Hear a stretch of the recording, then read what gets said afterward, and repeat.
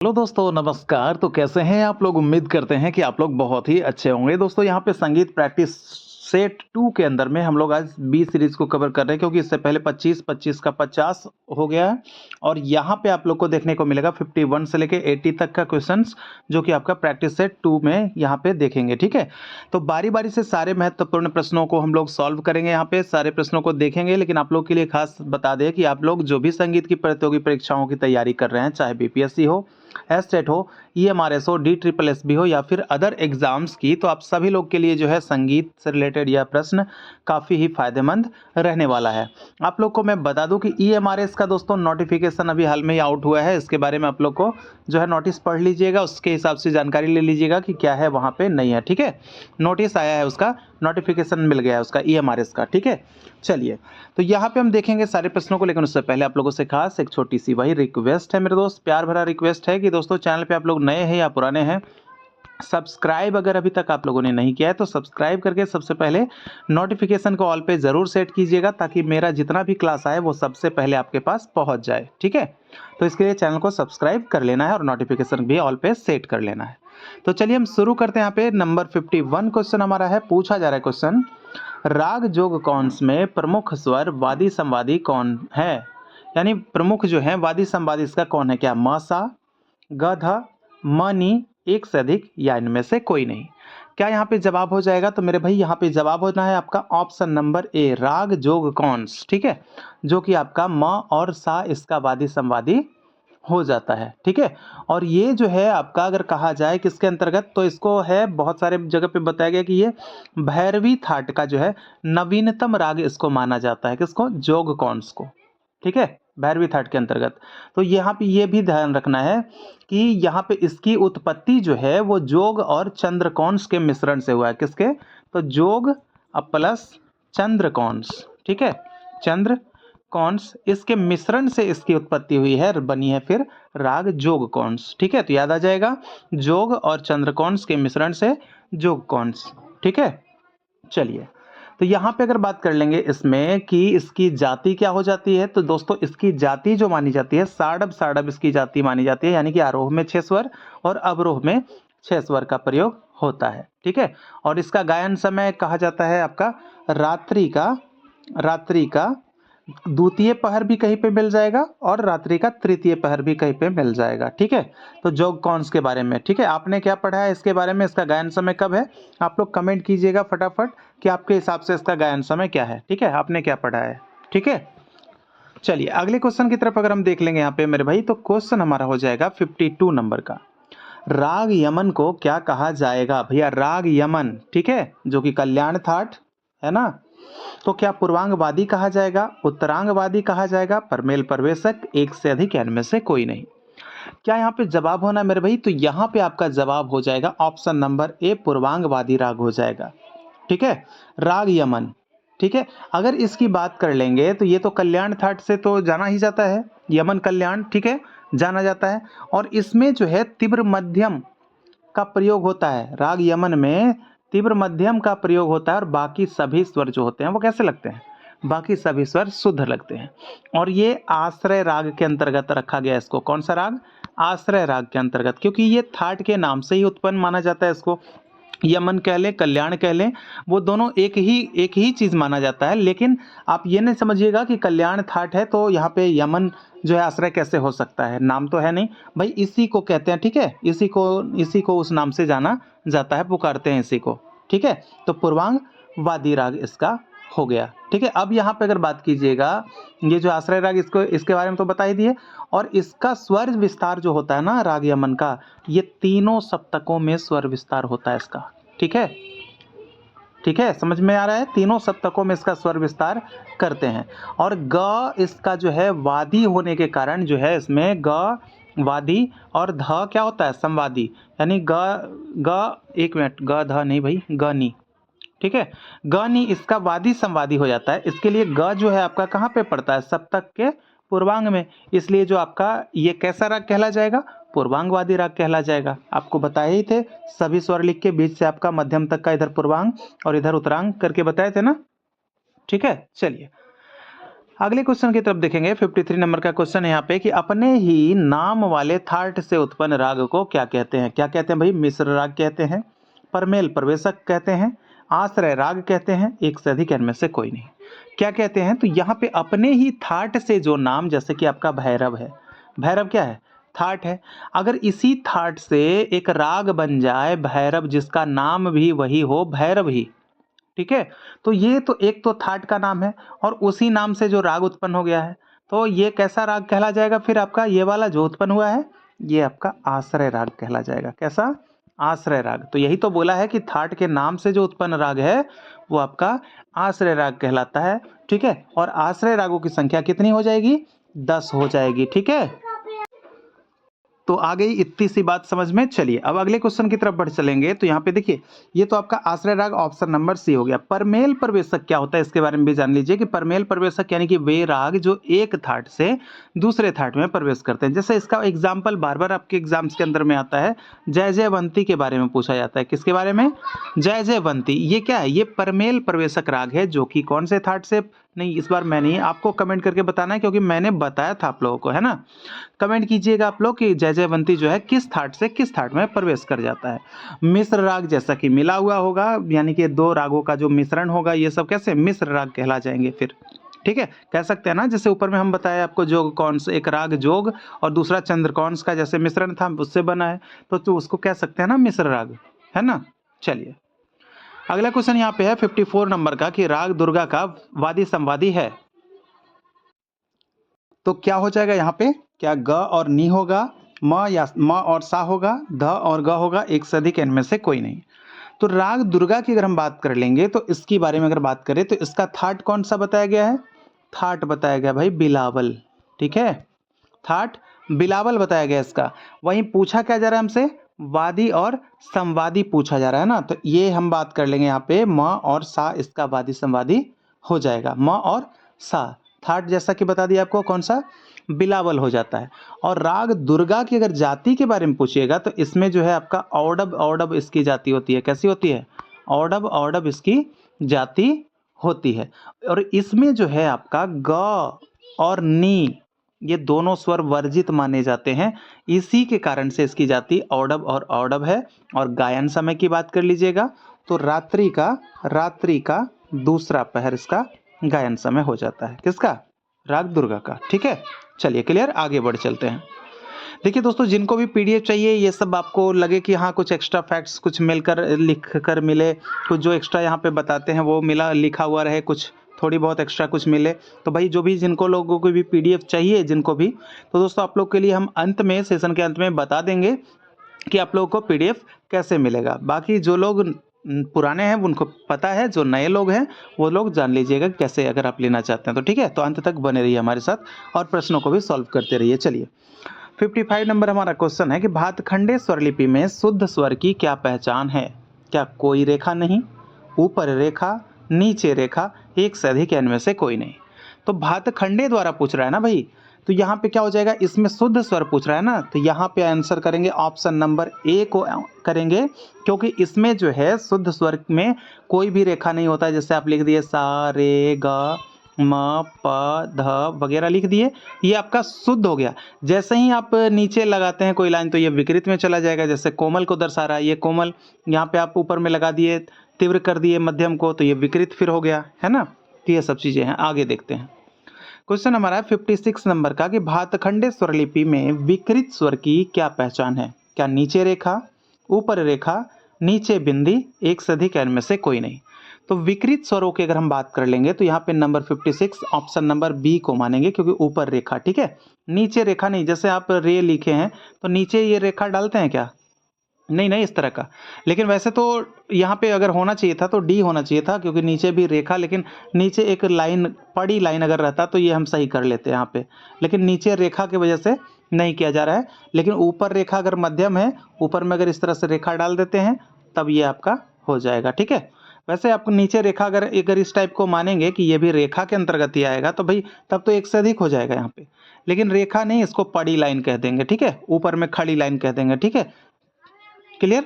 चलिए आगे देख लेते हैं। यहाँ पे क्वेश्चन हमारा है 57 नंबर का, भातखंडे स्वरलिपि में सम की क्या चिन्ह है? ठीक है, क्या 4 टाइप, एक्स टाइप, 0 टाइप, एक से अधिक इनमें से कोई नहीं। क्या होगा यहाँ पे आंसर? तो सम आपका होता है ऑप्शन नंबर बी, इसका करेक्ट आंसर हो जाएगा। ठीक है, जैसे आप कोई भी ताल लिखते हैं, धा, धी, ना, धा, तू, ना। ठीक है, तो 3-3 पे यहाँ पे करते हैं, यहाँ पे क्या होता है? सम होता है ना।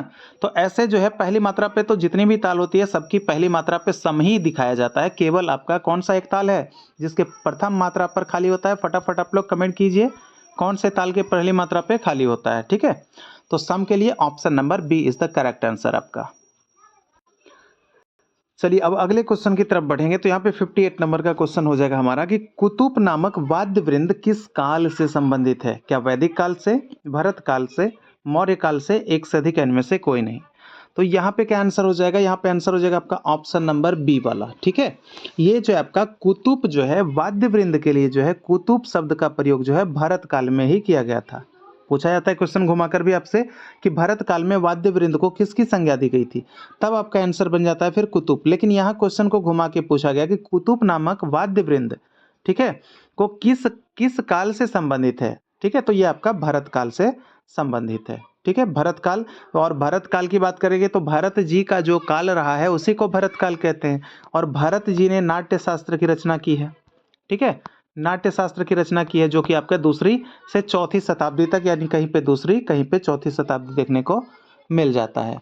ठीक है, चलिए आगे देख लेते हैं। क्वेश्चन यहाँ पे हो जाएगा 59 नंबर का कि दिल्ली बाज में प्रायः कितनी उंगलियों का प्रयोग किया जाता है? क्या 2 उंगलियों का, 3 उंगलियों का, 4 उंगलियों का, एक से अधिक इनमें से कोई नहीं। तो यहाँ पे क्या जवाब होना है? तो यहाँ पे आपका जवाब हो जाएगा ऑप्शन नंबर ए वाला, जिसमें 2 उंगलियों का प्रयोग होता है। ठीक है, 2 उंगलियों का प्रयोग होता है इसमें। अगर हम बात कर लेंगे इसे क्या और क्या कहते हैं, तो इसको कहते हैं किनार का बाज भी कहते हैं। क्या कहते हैं?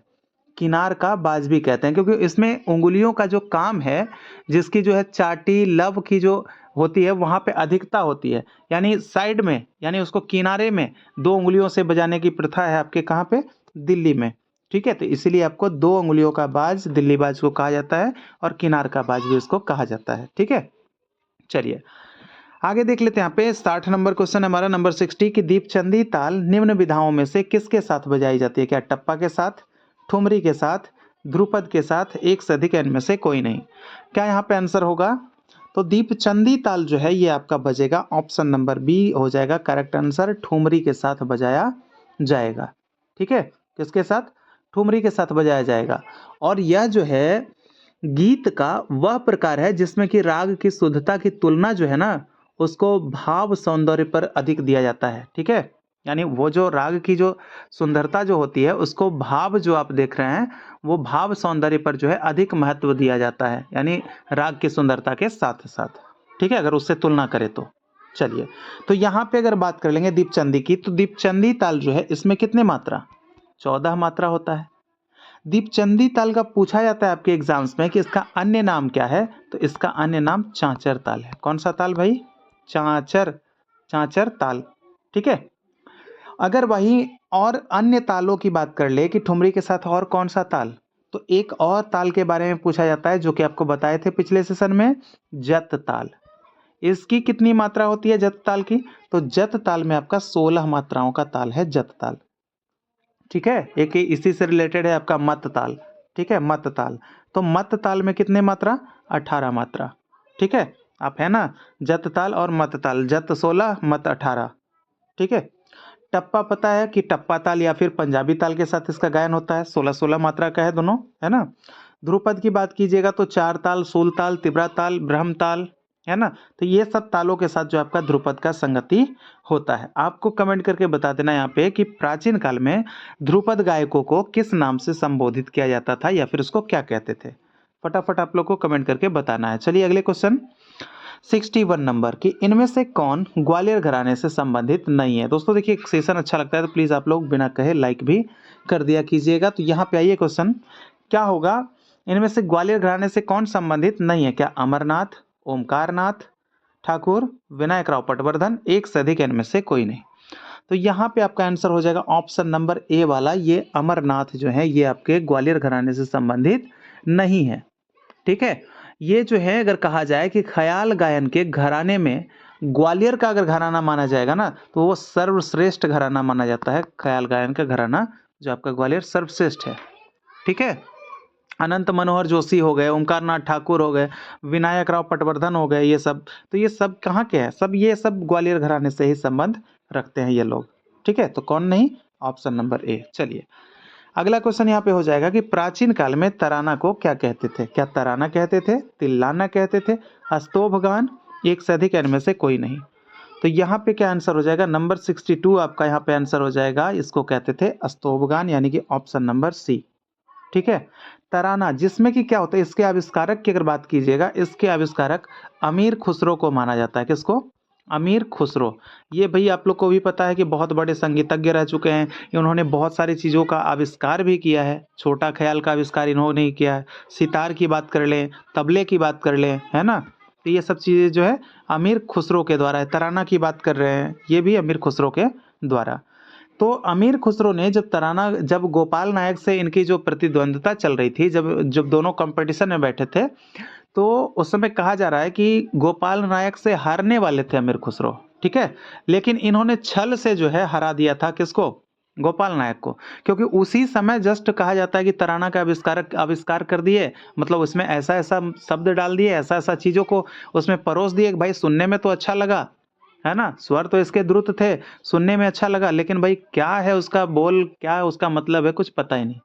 इसलिए इसको कहा जाता है कि तराना में निरर्थक शब्दों का प्रयोग किया जाता है। यह भी क्वेश्चन बनता है। ठीक है, ध्यान रखिएगा। तो यहाँ पे तराना को क्या कहते थे? स्तोभगान। चलिए आगे देखते हैं। क्वेश्चन हमारा है 63 नंबर का यहाँ पे कि कुमार गंधर्व किस घराने से संबंधित हैं? क्या आगरा से, पटियाला से, किराना से, एक से अधिक इनमें से कोई नहीं?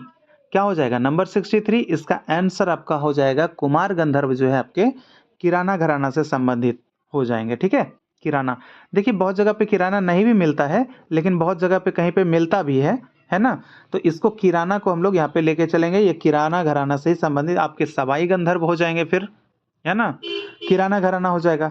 किराना घराना की अगर बात कर लीजिएगा इसके संस्थापक के, तो संस्थापक आपका माना जाता है अब्दुल करीम खां साहब को। ठीक है, देखिए जो भी माना गया है आपका बीपीएससी के अंदर जो माना गया है भाई, उसको मैं बता रहा हूँ। आपके स्टेट के अंदर जो माना गया है उसको मैं बता रहा हूँ, जो बोर्ड ने माना है वो मैं बता रहा हूँ। ठीक है, अब्दुल करीम खां को ही मानता है। ठीक है, क्योंकि आप लोग को हम इतना पेपर करवाए हैं पीवाईक्यूज टोटल, तो सबका जब हम एनालिसिस किए हैं तो पता चला, उसमें आप लोग भी देखे होंगे, आप लोग को भी पता है कि अब्दुल करीम खां को ही मानता है किराना घराना के संस्थापक। ठीक है, वैसे और भी थे उनसे पहले, लेकिन संस्थापक अब्दुल करीम खां को ही मानता है। तो भाई जो मानता है उसी पे हम लोग को भी आंसर करना है। ठीक है, चलिए आगे देख लेते हैं। क्वेश्चन यहाँ पे हो जाएगा 64 नंबर का। सितार के मुख्यतः कितने घराने हैं? क्या 2, 3, 4, एक से अधिक इनमें से कोई नहीं? तो सितार को के घरानों की अगर बात कीजिएगा तो कितने घराने हैं इसके? तो यहाँ पे आंसर हो जाएगा आपका ऑप्शन नंबर ए 2। एक तो आपका हो जाता है कौन सा? अमीर खुसरो वाला घराना, अमीर खुसरो घराना। ठीक है, और दूसरा हो जाता है आपका सैनी घराना। ठीक है, तो एक अमीर खुसरो वाला और दूसरा सैनी वाला। जब देखिए प्रथम जब बात कीजिएगा घराने में, फिरोज खां और मसीद खां हुए थे पहले। ठीक है, और फिरोज खां को अमीर खुसरो का पुत्र, बहुत सारे लोग ऐसे हैं कि फिरोज खां के को क्या मानते हैं? अमीर खुसरो का पुत्र मानते हैं। लेकिन भाई ये कौन सा इतिहासकार कैसे क्या लिख देंगे, किसको क्या दर्शा देंगे, भाई इतिहासकारों वाली बात जो है वही जानते हैं। लेकिन हम लोग जो है डिपेंडेंट बोर्ड पे हैं, हम लोग को वो क्या पूछ रहा है, वो क्या मान रहा है, वो चीज़ें मायने रखती है। क्योंकि जब एग्जाम निकालना हो तो ये चीज़ें मायने रखती है ना। तो यहाँ पे ये ध्यान रखना है, ये सैनी घराना जो है आपका, ये आप लोग को पता है कि ये तानसेन जो थे उनके वंशजों का घराना है सैनी घराना। ठीक है, चलिए आगे देख लेते हैं। क्वेश्चन यहाँ पे हो जाएगा हमारा 65 नंबर का कि ख्याल का संबंध किससे है? क्या गायन से है, वादन से है, नृत्य से, एक से अधिक इनमें से कोई नहीं? तो ख्याल की अगर बात कर लेंगे तो यहाँ पे आपका आंसर हो जाएगा क्या? ऑप्शन नंबर ए हो जाएगा, गायन से हो जाएगा। ठीक है, ख्याल जो है ये क्या है? एक प्रकार का गायन है। और पूछा जाता है क्वेश्चन कि ख्याल किस भाषा का शब्द है? क्वेश्चन आता है ना किस भाषा का शब्द है, तब आपको याद रखना है कि ख्याल जो है ये फारसी भाषा का शब्द है। और हिंदी में अगर बात कीजिएगा तो ये विदेशज है। ठीक है, विदेशज, क्योंकि देशज तो है नहीं हमारा। देशज में कौन सा? जो हमारा देसी लैंग्वेज, जैसे पगड़ी, लोटा, ये सब हमारा देशज। लेकिन ख्याल वगैरह ये सब, खलीफा वगैरह ये सब वहीं से आया था ये सब शब्द। ठीक है, तो यहाँ पे ये आपका हो जाएगा, क्या हो जाएगा, फारसी। क्लियर। चलिए, और ये जब गायन वादन और नृत्य तीनों जब मिल जाता है, तीनों का जब समावेश हो जाता है, तो इसको क्या कहते हैं, यही आपका संगीत कहलाता है। ठीक है, यही आपका संगीत कहलाता है। गीतम वादम नृत्यम त्रयम संगीतम उच्यते। ठीक है, चलिए अगले क्वेश्चन को देख लेते हैं। यहाँ पे 66 नंबर का क्वेश्चन है कि द्रुत लय में क्या बजाया जाता है। क्या बजता है भाई, ध्रुपद, धमार, तराना, एक से अधिक, इनमें से कोई नहीं। क्या यहाँ पे आंसर हो जाएगा, तो यहाँ पे आपका आंसर हो जाएगा ऑप्शन नंबर सी हो जाएगा, तराना। ये जो है इसकी लय कैसी होती है, लय इसकी तेज होती है। ठीक है, द्रुत इसकी लय होती है। ठीक है, और तराना सभी रागों में गाया जाता है, ऐसा नहीं कि आपका कोई पार्टिकुलर जैसे ठुमरी की तरह है, भैरवी है, खमाज है, पीलू है, मार। ठीक है, ऐसा ऐसा ये नहीं है। ये तराना जो है सभी रागों में गाया जाता है। मध्य लय के तराने जो हैं आपका मध्य लय से स्टार्ट करेंगे और धीरे धीरे इसकी गति बढ़ाएंगे और अधिकतम गति में पहुंचकर क्या करता है, उसको समाप्त कर लिया जाता है। ठीक है, बिल्कुल आप लोगों को लग रहा होगा कि जस्ट लाइक हम थ्योरी पढ़ रहे हैं। ठीक है ना, ऐसा बिल्कुल आप लोगों को लग रहा होगा कि हम थ्योरी की तरफ बढ़े हैं। देखिए, तो यहाँ पे समझ गए। और इसमें जो है मेरे भाई, इसमें गति जब इस प्रकार, जब इसमें क्या होता है करते हैं ना, तो उसमें नोम तोम तर न ना दिर दिर दानी आदि जो है वर्ण, यानी जैसे कि बोले ना आप लोग को निरर्थक शब्द, तो उन्हीं सब सारे शब्दों का जो है प्रयोग यहाँ पे होता है। ठीक है, आपको लग रहा है कि आप समझ रहे हैं, हमसे थोड़ा बहुत फ़ायदा हो रहा है, तो प्लीज़ आप लोग लाइक करके चैनल को सब्सक्राइब भी कर दीजिएगा। ठीक है, चलिए आगे देख लेते हैं। यहाँ पे 67 नंबर का प्रश्न मेरे भाई, क्या पूछ रहा है क्वेश्चन कि रूप का लाप शब्द संबंधित है। रूप का लाप किससे संबंधित है, क्या श्रुति से, अलाप से, मूर्छना से, एक से अधिक, इनमें से कोई नहीं। तो यहाँ पे आपका आंसर क्या हो जाएगा, तो यहाँ पे आंसर आपका हो जाएगा ऑप्शन नंबर बी वाला, अलाप से संबंधित है। किससे, अलाप से। अगर हम बात कर लेंगे अलाप से और कौन कौन संबंधित है, तो इसके चार जो है भाग बताए जाते थे प्राचीन काल में। कितने भाई, चार। रागालाप, ठीक है, रागा लाप, रूप का लाप, अलिप्तिगान, अलिप्तिगान, और एक आपका स्वस्थान का नियम। ठीक है, ये दिखाया जाता है आपका स्वस्थान का नियम, ये होता है आपका चार। तो ये चारों किसके अंतर्गत आ गए, तो आपके आलाप के अंतर्गत आ गए। और ये कैसा गान है, देखिए गान जो होता था आपका बताया जाता था, दो प्रकार का गान होता था, एक आपका निबद्ध गान और एक आपका अनिबद्ध गान। तो निबद्ध वाले में आते थे कौन कौन से, तीन आते थे उसमें, प्रबंध, वस्तु और रूपक। और ये अनिबद्ध जो है आपका आलाप, जिसके जो कि ताल में नहीं बंधा हुआ है, वो आपके चार प्रकार के बताए जाते थे, यही जो रागालाप, रूपकालाप, अलिप्तिगान और स्वस्थान का नियम। और इसमें जो आपके है, जो चार आलाप के जो चारों नियम में से एक जिसमें है आपका अलिप्तिगान, इसमें क्या कौन सी चीजें दिखाई जाती है, इसमें आविर्भाव और तिरोभाव भी दिखाया जाता है। इसमें आलाप करते हैं तो आविर्भाव और तिरोभाव इसमें दिखाते हैं, वो अलिप्तिगान हो गया। ठीक है, क्लियर। चलिए, श्रुतियों की संख्या कितनी है पता है, मूर्छना कितने हैं, प्रत्येक ग्राम से कितनी बनती है, सब कुछ पता है। चलिए आगे क्वेश्चन देख लेते हैं यहाँ पे 68 नंबर का कि रागांग वर्गीकरण का उल्लेख किसने किया है। भैया राग, रागांग, और एक था थाट राग। ठीक है, एक था आपका थाट राग और दूसरा था आपका राग रागांग। ठीक है, क्लियर। तो राग, थाट राग के प्रणेता जो माने जाते हैं ये आपके भातखंडे जी माने जाते हैं, और राग रागांग के जो माने जाते हैं तो ये आपके कौन माने जाएंगे। यही क्वेश्चन है कि इसका उल्लेख किसने किया, क्या नारायण महेश्वर खरे, आचार्य बृहस्पति, विनायक राव पटवर्धन, एक से अधिक, इनमें से कोई नहीं। क्या आंसर होगा यहाँ पे, तो आंसर यहाँ पे हो जाएगा आपका option number A, Narayan Moreshwar खरे।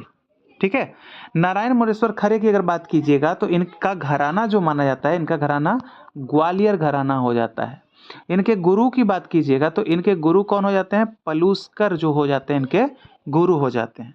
और ग्वालियर की नाम आई है तो इसके घराने के संस्थापक कौन हो जाते हैं, आप लोग जरा कमेंट करके बताइएगा कमेंट बॉक्स में। ठीक है, तो ये हो गया आपके। तो अगर आपसे क्वेश्चन पूछे कि नारायण मोरेश्वर खरे तो रागांग का वर्गीकरण किया है, लेकिन माना कितना इन्होंने, तो भैया माना जो है इन्होंने कितने, 30 रागांग को माना है। हाँ, एक चीज और आपको ध्यान रखना है, एक और व्यक्ति हैं जिन्होंने 15 रागांग माने हैं। आपको बताया था ना मैं, जब एनसीईआरटी को डीपली फॉलो करेंगे तो वहां पे देखेंगे आप लोग को मिलेगा वो सब चीजें, है ना। तो यहाँ पे जो है आपके कितने 15 रागांग जो है ये माने गए हैं। किसने माने हैं, तो ओमकारनाथ ठाकुर ने कहा जाता है कि इन्होंने 15 रागांग माने हैं। याद रख लीजिएगा, हो सकता है शायद पूछ दिया जाए आपको, तो ध्यान रखिएगा इसको। ओमकारनाथ ठाकुर ने 15 रागांग माने हैं। और वैसे ज़्यादातर तो पूछा जाता है आपका रागांग वर्गीकरण वाला नारायण मोरेश्वर खरे ही। ठीक है। आचार्य बृहस्पति की अगर बात कीजिएगा तो इन्होंने एक वाद्य का आविष्कार किया था जिसका नाम था क्या? श्रुति दर्पण। श्रुति दर्पण एक वाद्य था। और इन्होंने भाई सारणा प्रक्रिया भी किया था, ध्यान रखिएगा, आचार्य बृहस्पति ने। और ये किया था कहाँ पे? तो अपने ही वाद्य यानी कि श्रुति दर्पण पर ही। और श्रुति दर्पण जब ये कैसा वाद्य है? तो तत्वाद्य है। तो तत्वाद्य है तो कितने तार बांधे हुए थे इसमें? तो भैया आपको आंसर बताना है, 5 तार बांधे हुए थे, 5 तार थे। और विनायक राव पटवर्धन जी, इनके गुरु के बारे में पूछा जाता है, इनकी पुस्तक के बारे में पूछा जाता है। तो गुरु तो आपको पता होना चाहिए कि गुरु इनके पलुस्कर हो जाएंगे। और इनका राग विज्ञान जो है इनकी पुस्तक है। इनका पुस्तक कौन सा है? विनायक राव पटवर्धन जी का राग विज्ञान। घराना कौन सा हो जाएगा इनका? ग्वालियर, क्योंकि पलुस्कर के ही शिष्य हैं, है ना। तो ये सब चीज़ें आप लोगों को ध्यान रखनी पड़ेगी। चलिए आगे देख लेते हैं।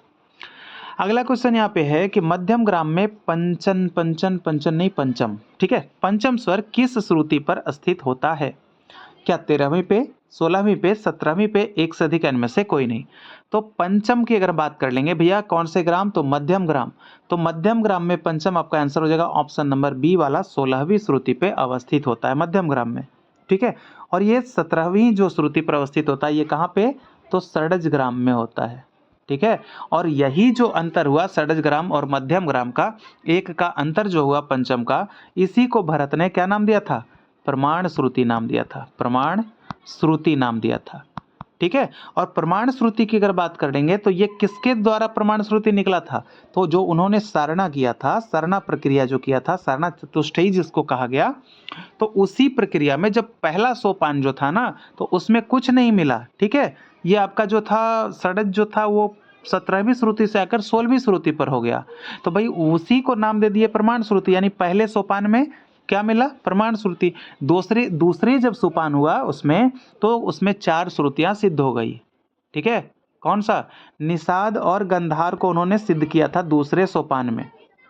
तीसरा जब किया उन्होंने तो उसमें 6 श्रुतियों को सिद्ध किया।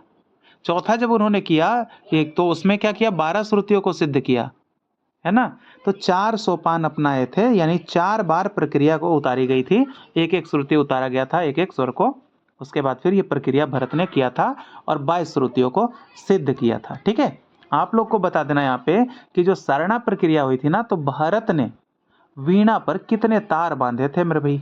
ये क्वेश्चन आप लोगों से बड़ा इंपॉर्टेंट क्वेश्चन है। ठीक है। चलिए आगे देखते हैं। यहाँ पे 70 नंबर का क्वेश्चन हो जाएगा कि कोमल रे ग ध तथा म तीव्र युक्त ठाठ है, यानी कि रे कोमल, ग कोमल, ठीक है, और म तीव्र और ध कोमल। ठीक है। तो ये आपका कौन सा ठाट का है? कल्याण का है, तोड़ी का है, मारवा का, एक से अधिक इनमें से कोई नहीं। तो यहाँ पे अगर हम देखेंगे कल्याण का क्या होता है? तो केवल म तीव्र, बाकी सारे शुद्ध। मारवा में अगर देखेंगे तो क्या होता है? रे कोमल, बाकी और म तीव्र।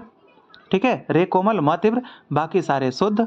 लेकिन यहाँ जब तोड़ी को देखेंगे तो रे ग ध कोमल और यहाँ पे म तीव्र प्रयोग होता है, यानी कि ऑप्शन नंबर बी हो जाएगा आपका तोड़ी। ठीक है।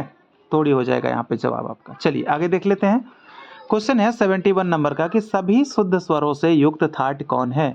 क्या बिलावल है, काफी है, भैरव है, एक से अधिक या इनमें से कोई नहीं। क्या यहाँ पे आंसर कर लेंगे? तो यहाँ पे आंसर कर लेंगे सभी स्वरों से जो युक्त ठाट है आपका क्या हो जाएगा? ऑप्शन नंबर ए हो जाएगा बिलावल। ठीक है। और बिलावल को किसके समान माना गया है? मेजर स्केल के समान, मेजर स्केल के समान माना गया है। ठीक है। मेजर स्केल के समान। माइनर स्केल के समान किसको माना गया है? तो माइनर स्केल के समान आपका आसावरी को माना गया है। किसको?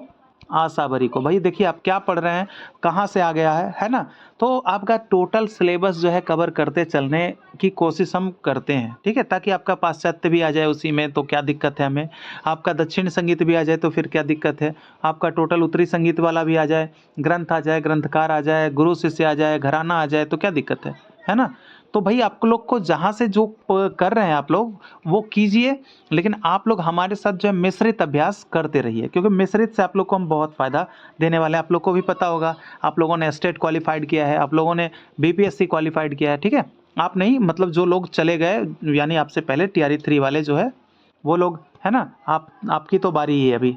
चलिए आप लोग भी सफल होइए, शुभकामनाएं हमारी है आप लोगों के साथ, है ना। चलिए, तो यहाँ पे आपका हो गया, ये सब चीज़ें आप लोग को ध्यान रखनी है। वही मेजर स्केल और माइनर स्केल के समान आपका हो गया, ठीक है। काफ़ी देखिए, प्राचीन काल का अगर शुद्ध ठाट आपसे पूछा जाए, बहुत रटवाया होना ये सब सारी चीज़ें। देखिए एक चीज़ कमेंट आता है कि आप लोग कमेंट करते हैं कि एस्टेट वाला करवाइए। देखिए भाई, आप लोग के सामने है, हम चैनल पे 436-37 वीडियो के आसपास अपलोड होगा टोटल। आप लोग ये नहीं देखिएगा कि हाँ यहाँ पे एस्टेट फेज़ 1 का है या फिर टीआरई 2 का है या फिर टीआरई 3 का क्वेश्चन करवाया गया है। आप लोग ये मत देखिएगा, सारा जो भी करवाया गया ना क्वेश्चन भाई आप लोग के लिए इम्पॉर्टेंट है, इसलिए जो भी है देखिएगा, क्योंकि क्वेश्चन बनते हैं, है ना। क्योंकि सिलेबस आपका पूरा कवर करके बनाया गया है। वहाँ पे क्या सिलेबस को हम नहीं कवर करवाए हैं, वहाँ भी करवाए हैं आपका, है ना। तो टोटल जो भी प्रीवियस सेशन है, पुराने वाले भी सेशन है, 1 साल पहले का हो, 1.5 साल पहले का हो, जब का हो, तो भाई वो भी देखा कीजिएगा, क्योंकि आप लोग को बहुत फ़ायदा मिलने वाला है, ठीक है, सम्मिलित रूप से। चलिए आप लोग कमेंट करके बताइएगा हमें कि प्राचीन काल में जो है शुद्ध ठाट के रूप में किसको जाना जाता था, प्राचीन काल वाला, ठीक है। चलिए अगला क्वेश्चन यहाँ पे हो जाएगा 72 नंबर का कि राग मियाँ मल्हार किस ठाट का राग है? क्या काफी का, कल्याण का, बिहाग का, एक से अधिक इनमें से कोई नहीं। तो क्या आंसर करेंगे? देखिए बिहाग तो कोई थाट नहीं है, ये तो खुद ही बिलावल थाट से उत्पन्न है राग। कहाँ से? बिलावल थाट से उत्पन्न है। तो बच गया काफी और कल्याण। तो देखिए आपका आंसर क्या होना चाहिए? ऑप्शन नंबर ए हो जाना चाहिए। 72 ऑप्शन नंबर ए, राग मियाँ मल्हार जो है आपका काफी थाट का राग है। और इसके आरोह में 7 स्वर का प्रयोग होता है, ये ध्यान रखना है, लेकिन अवरोह में जो है आपका 6 स्वर का प्रयोग होता है, ठीक है। तो भाई इसमें जो है आपका कौन सा वर्जित कौन सा हो गया? तो धैवत वर्जित होता है इसका। कौन सा? ध वर्जित होता है, इसीलिए इसकी जाति मानी जाती है संपूर्ण साडव, ठीक है। वादी संवादी की बात कीजिएगा मियाँ मल्हार का, तो मियाँ मल्हार की, ये हम बात कर रहे हैं मियाँ मल्हार की, ठीक है, संपूर्ण साडव मियाँ मल्हार की, ये तो थाट वाली बात नहीं कर रहे हैं हम। तो मियाँ मल्हार में आपका हो गया क्या, क्या हो गया? वादी और संवादी, सा वादी और प संवादी हो जाता है। और गायन समय अगर पूछे तो इसको बताना है आपको मध्य रात्रि, ठीक है, मध्य रात्रि इसका गायन समय होता है मियाँ मल्हार का। और इस संप्रकृति राग अगर पूछ दे तो भैया बाहर हो जाएगा आपका, ठीक है। चलिए अगला क्वेश्चन 73 नंबर का क्वेश्चन यहाँ पे कि राग भैरव की उत्पत्ति किस थाट से हुई है? भैया ये आश्रय राग है। अब तो फटाफट बता सकते हैं किससे? क्या आसावरी, भैरवी, भैरव, एक से अधिक इनमें से कोई नहीं। तो बताए थे ये राग कौन सा है? भैरव। अपने ही थाट के नाम से उत्पन्न होगा तो उसको आश्रय राग बोलेंगे। तो भैरव जो है आपका कौन सा थाट? भैरव थाट। ये कैसा राग हो गया? आश्रय राग हो गया। जाति इसकी कैसी हो गई? तो जाति इसकी संपूर्ण जाति हो गई, है ना। गायन समय इसका पूछा जाता है, तो गायन समय जो होता है इसका पूछा जाता है भैरव का, तो आपको याद रखना है प्रातः काल। थाट की बात नहीं कर रहा हूँ, क्योंकि थाट आपको पता है कि थाट गाए बजाए नहीं जाते हैं, थाट में रंजकता नहीं होती है, थाट सदैव संपूर्ण होते हैं, ये सब सारी चीज़ आपको पता है ना। तो प्रातः काल इसका हो जाएगा, क्लियर। वादी संवादी इसका क्या होता है भैरव का, आप लोग को ये बता देना है कमेंट करके, ठीक है। चलिए अब बढ़ चलते हैं अगले क्वेश्चन पे। क्वेश्चन हमारा है 74 नंबर का कि नद धातु से किस शब्द की उत्पत्ति हुई है? क्या नाद की, स्वर की, श्रुति की, एक से अधिक इनमें से कोई नहीं।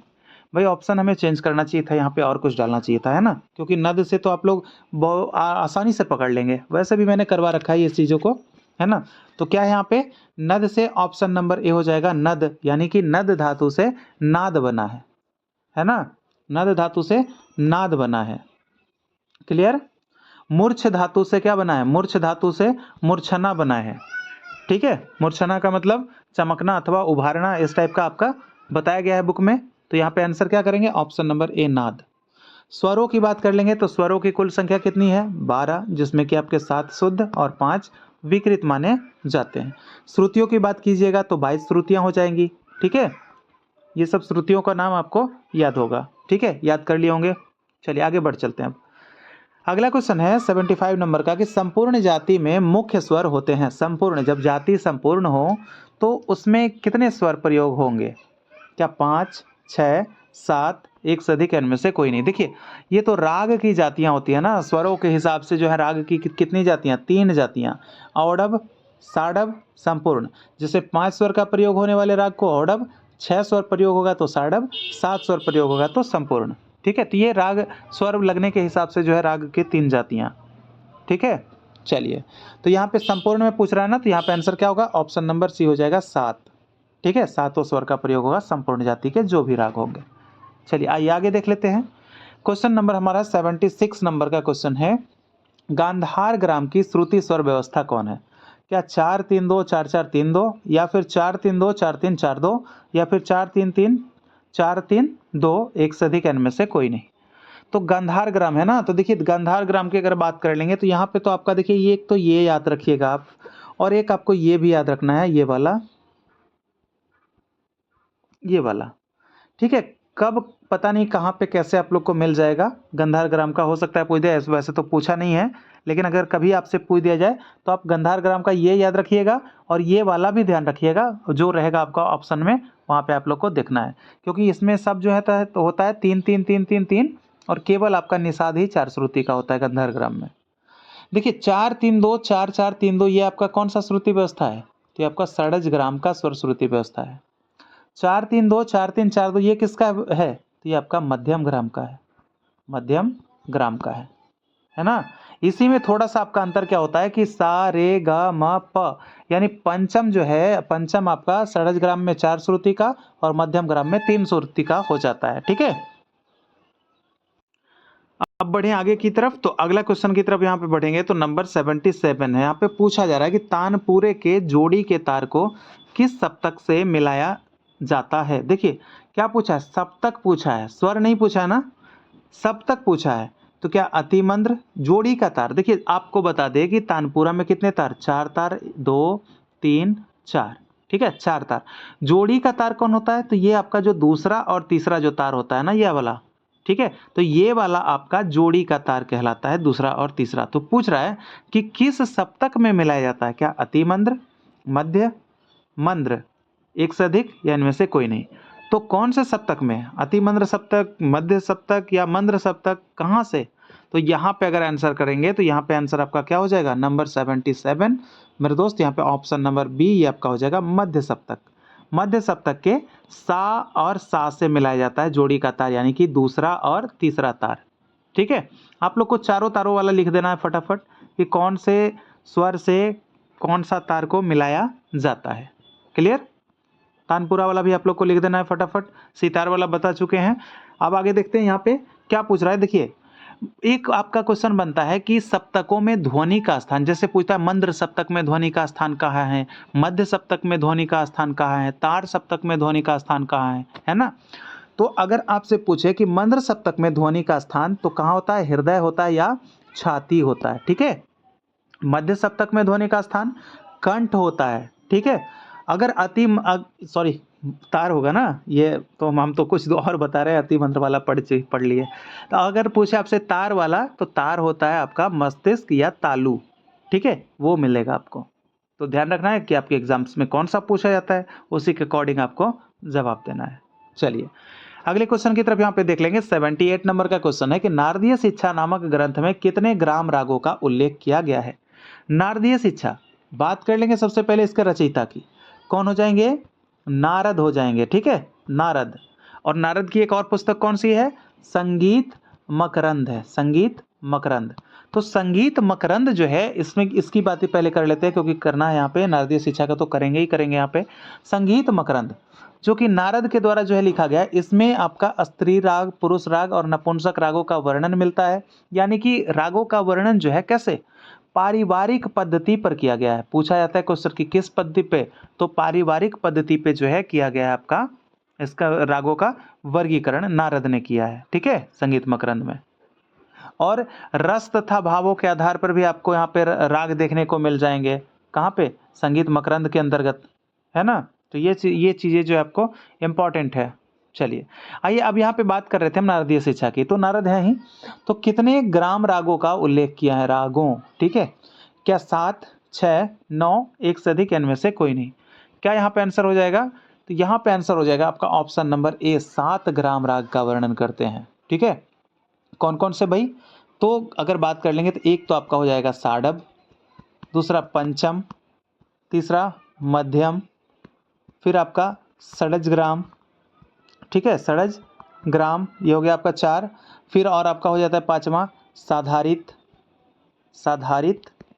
ठीक है, उसके बाद फिर आपका हो जाता है कौशिक मध्यम, कौशिक मध्यम, और आपका सातवां क्या हो जाता है? सातवां हो जाता है मध्यम ग्राम, मध्यम ग्राम, ये आपका सातवां। तो 7 ग्राम रागों का वर्णन किया गया है संगीत नारदीय शिक्षा में। किसने किया है? पूछा जाता है क्वेश्चन डायरेक्ट आपसे कि नारद ने कितने ग्राम रागों का उल्लेख किया है, तो भैया नारद ने 7 ग्राम रागों का उल्लेख किया है। कौन कौन सा? तो आप देख लिए कि साडव, पंचम, मध्यम, षडज ग्राम, साधारित, कौशिक मध्यम, मध्यम ग्राम, है ना। तो ये सब आपका हो गया। चलिए अगले क्वेश्चन की तरफ अगर बढ़ेंगे तो यहाँ पे 79 नंबर का क्वेश्चन है। तो यहाँ पे क्वेश्चन है कि राग में कम से कम कितने स्वरों का प्रयोग किया जाना चाहिए? क्या 5, 6, 7, एक से अधिक, इनमें से कोई नहीं? क्या जवाब हो जाएगा? तो कम से कम अगर बात कर लेंगे मेरे भाई, तो कम से कम जो आपके 5 स्वरों का प्रयोग किया जाना चाहिए। और 7 क्या हो जाएगा आपका? अधिक से अधिक आपके 7 स्वरों का प्रयोग किया जाता है। ठीक है, चलिए अब आप लोगों को बता दें, बोले थे कि हाँ बताएंगे, यहाँ पे एक क्वेश्चन और है, लेकिन बता लेते हैं कि जो भी नए लोग जुड़े हैं उनको पीडीएफ कैसे मिलेगा। देखिए पीडीएफ के लिए दोस्तों आप लोग को 199 का पेमेंट करना पड़ जाएगा, जो कि है कुछ नहीं, क्योंकि आपके तैयारी और एग्जाम्स के लिए जो 199 तो कुछ है नहीं, है ना।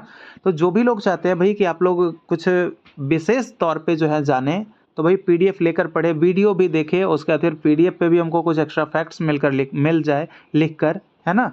तो जो भी ऐसा चाहते हैं तो भाई आप लोग को बता दें कि 199 पेमेंट करना पड़ेगा। कैसे? तो दोस्तों आप लोग के लिए मैं व्हाट्सएप नंबर दे रहा हूँ, संपर्क कीजिएगा इस पर 9122366282। ठीक है, ये व्हाट्सएप नंबर है। ठीक है, केवल आप लोग को व्हाट्सएप करना है, प्लीज़ कॉल मत कीजिएगा। ठीक है, व्हाट्सएप कीजिएगा, जिनको भी पीडीएफ चाहिए आप लोग लिख दीजिएगा कि पीडीएफ चाहिए। ठीक है, उसके बाद फिर आप लोगों को वहाँ पे स्कैनर प्रोवाइड करवा दिया जाएगा, और स्कैनर के माध्यम से आप लोग को 199 केवल पेमेंट करना है वन टाइम, जिसमें कि आपका पीवाईक्यूज जो बीपीएससी का जो पीवाईक्यू जितना भी पीडीएफ होगा है, जितना भी पूछा गया है वो भी मिल जाएगा।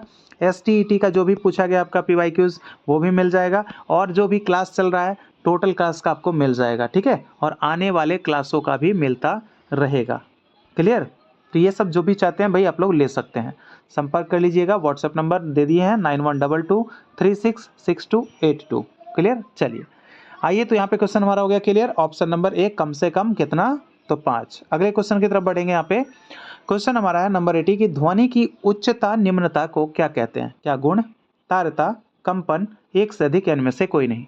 क्या यहाँ पे जवाब हो जाएगा? तो यहाँ पे आपका जवाब हो जाएगा उच्चता निचता, यानी कि ऑप्शन नंबर बी हो जाएगा आपका करेक्ट आंसर।